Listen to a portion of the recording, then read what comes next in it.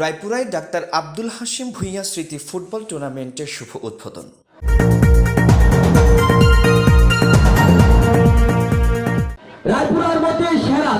বিএনপির বিজ্ঞান ও প্রযুক্তি বিষয়ক সহ সম্পাদক ইঞ্জিনিয়ার আশরাফ উদ্দিন বকুল তার নিজ পিতা মরহুম আলহাজ ডাক্তার আব্দুল হাশিম ভূঁইয়া স্মৃতি ফুটবল টুর্নামেন্টের শুভ উদ্বোধন করেছেন।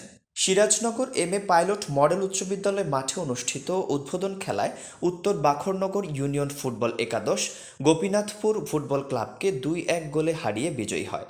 এ সময় খেলায় আরও উপস্থিত ছিলেন পৌর বিএনপির সভাপতি ইদ্রিস আলী মুন্সি, সাধারণ সম্পাদক সাইফুল ইসলাম, পলাশ উপজেলা বিএনপির দপ্তর সম্পাদক মোহাম্মদ ফরিদ উদ্দিন সহ অঙ্গ সংগঠনের নেতৃবৃন্দ। এ সময় উপস্থিত নেতৃবৃন্দ বলেন, খেলাধুলার মাধ্যমে যুবক ও তরুণদের শরীর গঠন হবে, মাদক থেকে দূরে থাকবে। আর নয় ভাড়া বাড়ি, এবার ভাড়ার টাকায় নিজের বাড়ি, নগদ অথবা কিস্তিতে বুকিং দিয়ে আপনিও হতে পারেন একটি ফ্ল্যাটের গর্বিত মালিক। নদী বাংলা গ্রুপ, সঠিক নির্মাণে অঙ্গীকারাবদ্ধ। রিপোর্ট রোমান পথিক, রায়পুরা প্রতিনিধি, নরসিংদী টিভি।